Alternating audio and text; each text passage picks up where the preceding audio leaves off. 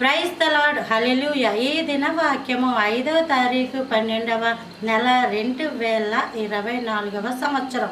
ప్రవరిస్తున్న చక్కటి మాట మత్తయి సువార్త 3వ అధ్యాయం 3వ వచనం. పరలోక రాజ్యము సమీపించి ఉన్నది, మారు మనసు పొందుడని యోదయ అరణ్యంలో ప్రకటించుచుండెను.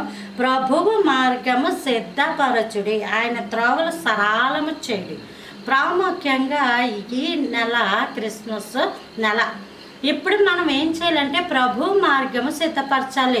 సంవత్సరానికి ఒకసారి ప్రభువారు పుడతారు, లేకపోతే సంవత్సరానికి ఒకసారి ప్రభువారు నన్ను క్షమించి అని ఇంటికి స్టార్ కట్టుకుంటాము, లేదా ఇవన్నీ సీరియల్స్ సెట్లు పెట్టుకుంటాం, కొత్త బట్టలు కొనుక్కుంటాం, పిండి వంటలు చేసుకుంటాం, మందిరాలకు వెళ్తాం, హ్యాపీ క్రిస్మస్ అని చెప్తూ ఉంటాం. అయితే ప్రభు మార్గము ప్రతిరోజు సిద్ధపరచాలి. దేవుడు నీ గురించి ప్రతిరోజు కూడా జ్ఞాపకం ఉంచుకో. దేవుడు నా గురించి పుట్టాడు, నా కోసం పుట్టాడు. ఎందుకంటే నా పాపాలు నా శాపాలు తీసివేయాలంటే పరిశుద్ధుడు కావాలి. నేను పాపి, నాకులాంటి పాపులు నా పాపాన్ని తీయడం అసాధ్యం. పరిశుద్ధుడు ఉంటేనే నా పాపాన్ని తీసేయగలడు. చూడండి, అప్పుతో ఉన్న వ్యక్తి ఇంకో అప్పుతో ఉన్న వ్యక్తికి ఎలా సహాయం చేస్తాడు?